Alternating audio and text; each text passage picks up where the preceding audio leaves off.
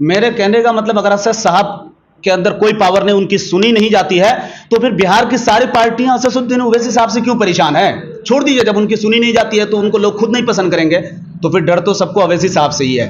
कोई खास एमआईएम के लोग नहीं है जो गाली देते हैं। जो गाली देने वाले व्यक्ति है वो किसी पार्टी में भी होंगे, वो गाली देंगे। वो सलीमुद्दीन साहब एक बेहतर नेता थे और वो इसलिए क्या आपके जो बिहार सदर हैं उनको भी नेता आरजेडी ने बनाया।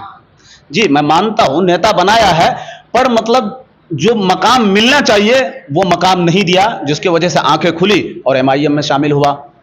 आपको वो बात भी नेता आरजेडी खुद से छोड़े, जदयू खुद से छोड़े, जब आप बोल रहे हैं कि उनको मकाम नहीं दिया गया। अस्सलाम वालेकुम, आदाब, मैं रियाज राही और आप लोगों का स्वागत है आपका अपना चैनल अपना गाँव में।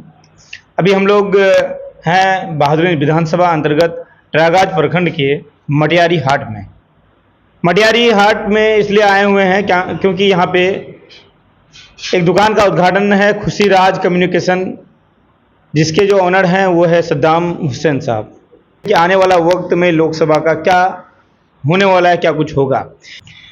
तो चलिए, एक हजरत हमारे साथ हैं, तनवीर साहब। तनवीर, क्या पूरा नाम बताइए सर? तनवीरुल कादरी जलाली। तनवीरुल कादरी जलाली साहब। बात करेंगे उनसे क्या कुछ चल रहा है लोगों में।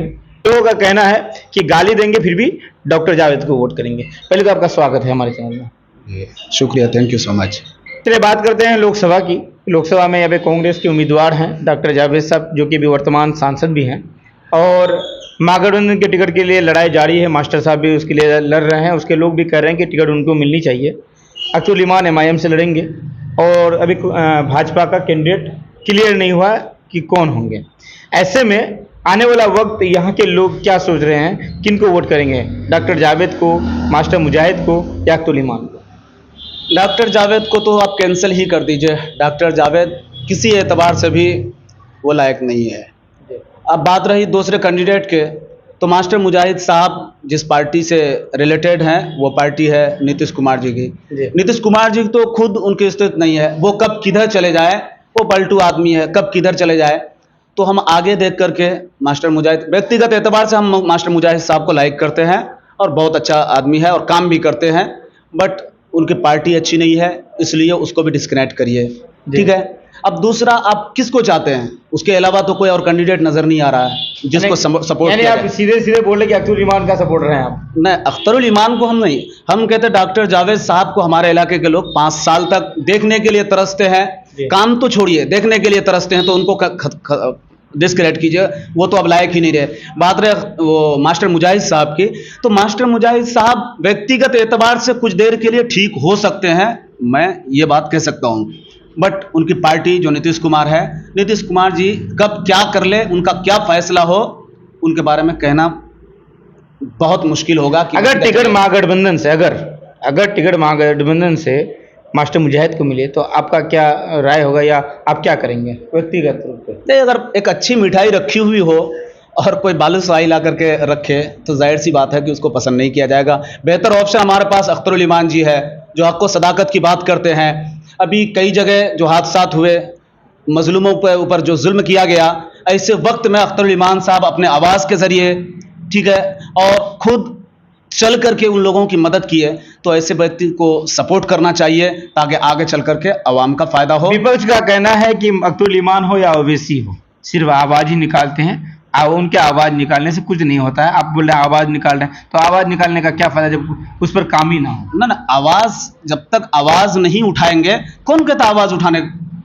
वो खाड़ी पुल के ताल्लुक से आपको पता होगा, उससे पहले बहुत आवाजें उठाई गई थी और लोग उठाए तो कुछ नहीं हुआ था। असद साहब एक बार गुजर गए, दूसरे दिन घोषणा कर दिए तेजस्वी यादव। तो आवाज उठाने से कैसे आवाज नहीं उठती है? वो खरखड़ी, हाँ खरखड़ी पुल, सॉरी खरखड़ी पुल। तो असद साहब की आवाज नहीं सुनते हैं। मेरे कहने का मतलब अगर असद साहब के अंदर कोई पावर नहीं, उनकी सुनी नहीं जाती है, तो फिर बिहार की सारी पार्टियां असदुद्दीन ओवैसी साहब से क्यों परेशान है? छोड़ दीजिए, जब उनकी सुनी नहीं जाती है तो उनको लोग खुद नहीं पसंद करेंगे, तो फिर डर तो सबको ओवैसी साहब से ही है।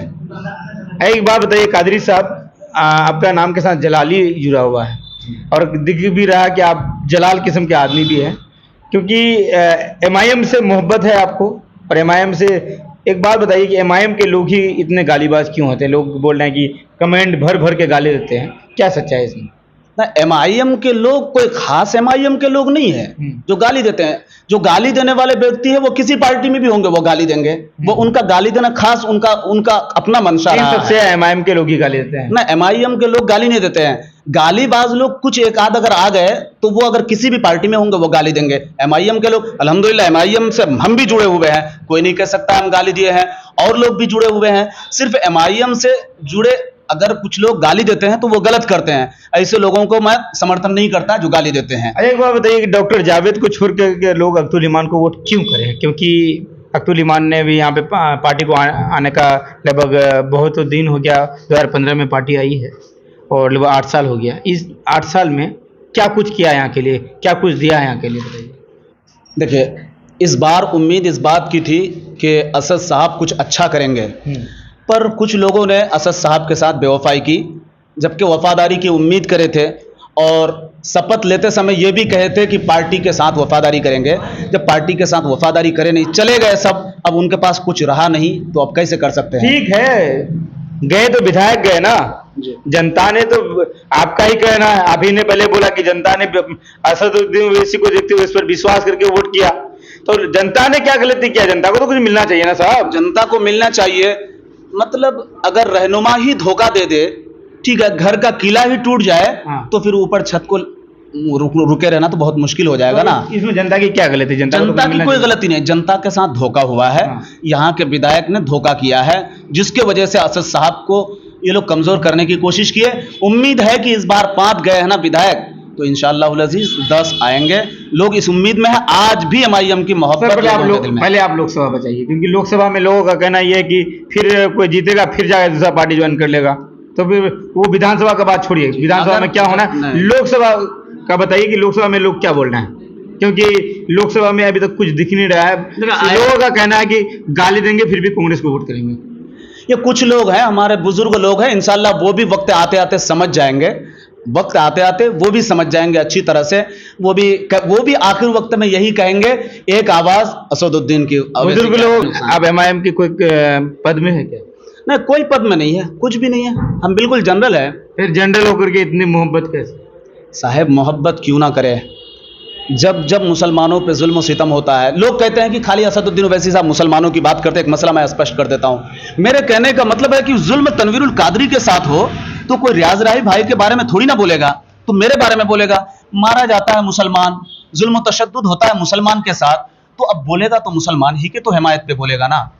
अब तबरेज अंसारी को मारा गया तो किसी राम और कृष्ण के बारे में तो नहीं बोलेगा ना, तबरेज के बारे में बोलेगा। लोग कहते नहीं, असदुद्दीन ओवैसी साहब दबे कुचले लोग इनके आवाज उठाते हैं। जैसे अभी एक एमपी में एक पेशाब वाला मामला हुआ, इसकी आवाज उठाया असदुद्दीन ओवैसी साहब। जहां जुल्म सितम होता है वहां आवाज उठाते हैं असदुद्दीन ओवैसी साहब, इसलिए उनसे मोहब्बत करते हैं। अब ट्रिपल तलाक की बात आई थी, जो शरीयत का मसला था, ठीक है, हमारे मौलाना असरारुल हक साहब को बोलने नहीं दिया था साहब, उनको पाबंदी लगा दी गई थी। क्या ट्रिपल तलाक रुक गया? रुका तो नहीं, तो आवाज रुका तो नहीं, मगर लोग तो जान गए ना कि इस तरह से हमारे साथ जो जुल्म हो रहा था, कोई कांग्रेस के नेता नहीं, मेरे तो बन गया ना, कानून तो बन गया ना सर, कानून तो बन गया, कानून तो बन गया, हम कह रहे कानून तो बन गया, पर हम लोगों को पता भी नहीं होता कि क्या क्या हो रहा है। अब तो हम समझ गए ना कि हमारे खिलाफ ये कानून बनाया गया, इसलिए अब हमें संभल करके चलना है, इतनी बात तो आ गई। असद साहब नहीं होते अगर, तो ये कांग्रेस वाले आवाज भी नहीं उठाते और हम लोगों को पता भी नहीं चलता। हम लोग इसी ख्वाब ख्याल में, एनआरसी का मसला इसी तरह से हम लोगों को पता भी नहीं चलता। असद साहब का बहुत बड़ा देन है कि लोगों को जगह दिया, लोग हमारे नौजवान तबके को नेता बनने के लिए सिखा दिया, लीडर बनने के लिए सिखा दिया। आपका ही बात मानते हैं कि वो हर मुसलमान का मसाइल को उठाते हैं, नहीं एक बात सिर्फ मुसलमान नहीं, दबे कुचले लोग, चाहे वो किसी, ठीक है, आपका कहना यह है कि मुसलमान परेशान है इसलिए मुसलमानों पर ज्यादा ध्यान है, ये है ना। आखिरी सवाल जी, ओवैसी साहब के लिए इतना दीवानापन क्यों? ओवैसी साहब के लिए दीवानापन इसलिए है कि आज के डेट में जो जुल्म सितम हो रहा है हम लोगों पे, तो इस जुल्म सितम के ख़िलाफ़ कोई आवाज़ उठाने वाला नहीं है। और आज अगर हम कहते हैं कि अगर मुसलमान का कोई नेता, असदुद्दीन ओवैसी साहब का कहना है कि हम लीडरशिप तैयार करेंगे, असदुद्दीन ओवैसी साहब का कहना है कि हम खुद नेता नहीं बनना चाहते हैं, हम मुसलमानों को नेता बनवाना चाहते हैं। बाकी आरजेडी हो गया और दूसरी पार्टी के लोग सिर्फ हमसे 70 साल तक वोट वसूले, हमको नेता बनने के लिए नहीं दिया। नेता अगर कहीं बाई चांस कैसे ये बात हाँ नेता अगर बनने तस्लीमुद्दीन साहब एक बेहतर नेता थे और वो इसलिए 13 दिन में ही उनको होम मिनिस्टर बनाया गया था, उनसे छीन लिया गया।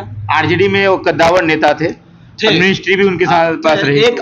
एक आध शाहजो नादिर की बात नहीं कर, एक आध तो हो सकता है। शहाबुद्दीन साहब हैं, उनको कुछ दिन अगर रखा गया नेतागिरी में और वहां दिल्ली में उनकी मौत हुई, आरजेडी का कोई बड़ा नेता पहुंच करके उनके लाश को लाने का काम नहीं किया, तो वो लोग सिर्फ इस्तेमाल किया। आपके जो बिहार सदर हैं उनको भी नेता आरजेडी ने बनाया।